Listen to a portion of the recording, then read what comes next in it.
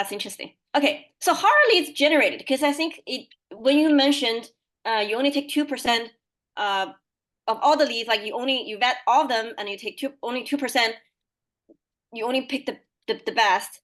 So that means you gotta have large enough leads in order to funnel those, big wins. So how are leads generated? Yeah, that's a great question. And like many investments, it all comes down to deal flow. So you can really just pick the best of the best. We generate leads a few ways.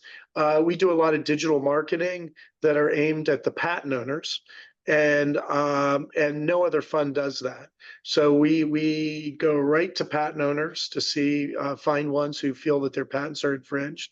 We also have contacts we have salespeople or lead generators in the United States, Israel, the UK, and Europe, looking for small companies or individuals who feel that their patents are infringed. And also, frankly, I speak a lot around the world on these issues, and just through those contacts, the leads come in. But again, it's important to note we don't really have competition in this space, and because of that, we just naturally get a lot of deal flow. As I said, at some point, I think it'll be more difficult to generate leads. Once this little niche industry becomes more competitive. But right now, we're really the only ones playing in it.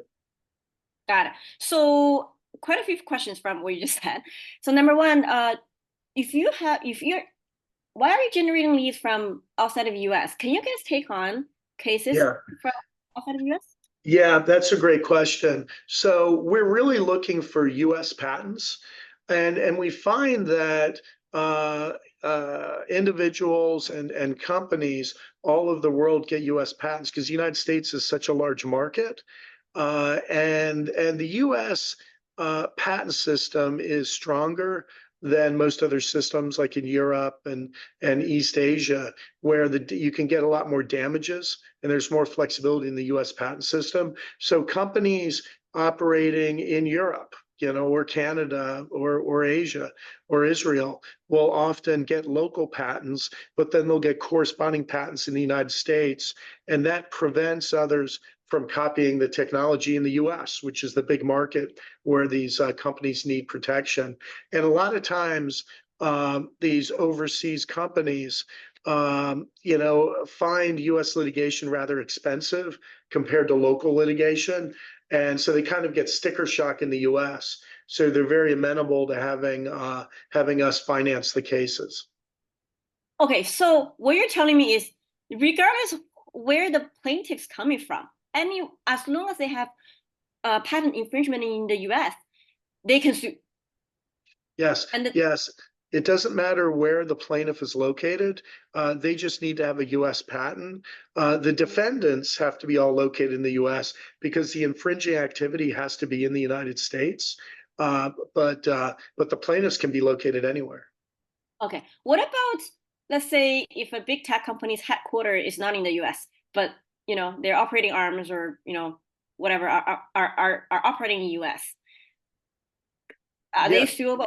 Can you sue them? yeah. Any infringing activity. So if they make, use, or sell or offer to sell the infringing product or service in the United States, they're infringing, and we can sue them in the United States. Nearly always they have a local office where where we're able to sue them in that jurisdiction. But the key is that the infringing product or service occurs in the United States, and that's the infringing activity. It doesn't matter where the defendant's headquarters are located. Got it. Okay. You also mentioned you guys are the only firm that goes directly to consumers. To me, it's like direct to consumers because Yeah. directly go to patent owners.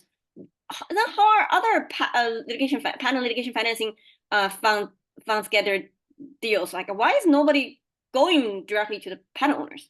Yeah, as far as I can tell, we're the only fund that really specializes in patent cases. There are a handful of other funds that will do patent cases, but they're not really, they don't only do patent cases. And they typically just wait for law firms to bring them cases. So a law firm may be approached to do a case, but their client can't pay for it. So then they'll go to the other funds and ask them, say, hey, here's a case, it's a great case. Will you pay my bills? We don't like those cases. We don't like that model because typically it's very binary. There's usually only one defendant, you know, who's infringing, right? Also, you know, the law firm is typically just trying to get their bills paid. You know, we prefer to do the diligence on our own to make sure the case is strong. So we just find that that traditional model as very flawed and too risky for us. Mhm. Yeah, I can see how that plays out because the law firm usually is big, right? Like usually patent law Yeah. firms are pretty big. So if they're approached by clients, first of all, they don't have like hundreds of clients just like come their way. So their leads to start with is quite small. And then once they funnel through to other big law firms, I guess, big funding for litigation and financing funds, then the number are even smaller. And then I think the the law firm just wants their very expensive hourly rate to get paid. That's for sure. Yeah, it's a, you know, a lot of those folks are billing at more than $1,000 an hour, which makes it incredibly expensive and much too risky for us to get involved in. Right, right. So roughly how many leads are you getting on yearly basis? Oh my gosh, we get over 1,000 leads, Okay. more than that, a couple thousand a year. We, you know, oftentimes five, six, seven a day. It's you know, we can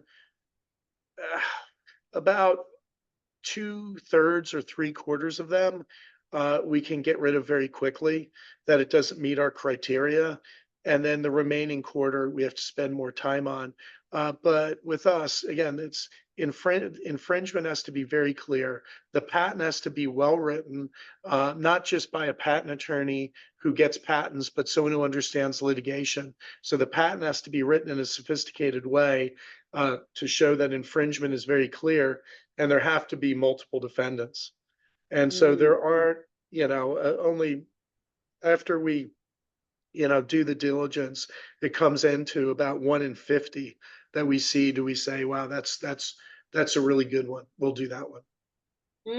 Okay. So if it's 2%, you get like maybe 1,000 plus, then you're taking about 20 to 30 cases a year, like that? Yeah, yeah, it's maybe at this point a little more than that, you know. And then it's probably Um, yeah, yeah, about yeah, 25 to 30 cases a year. And then each case, remember, has, you know, six, seven, eight infringers. So by specific case, Wow. it's a very large number. That's right. So essentially the math goes, like if you're taking, let's say, 30 cases a year, each case has having multiple defendants, let's say five.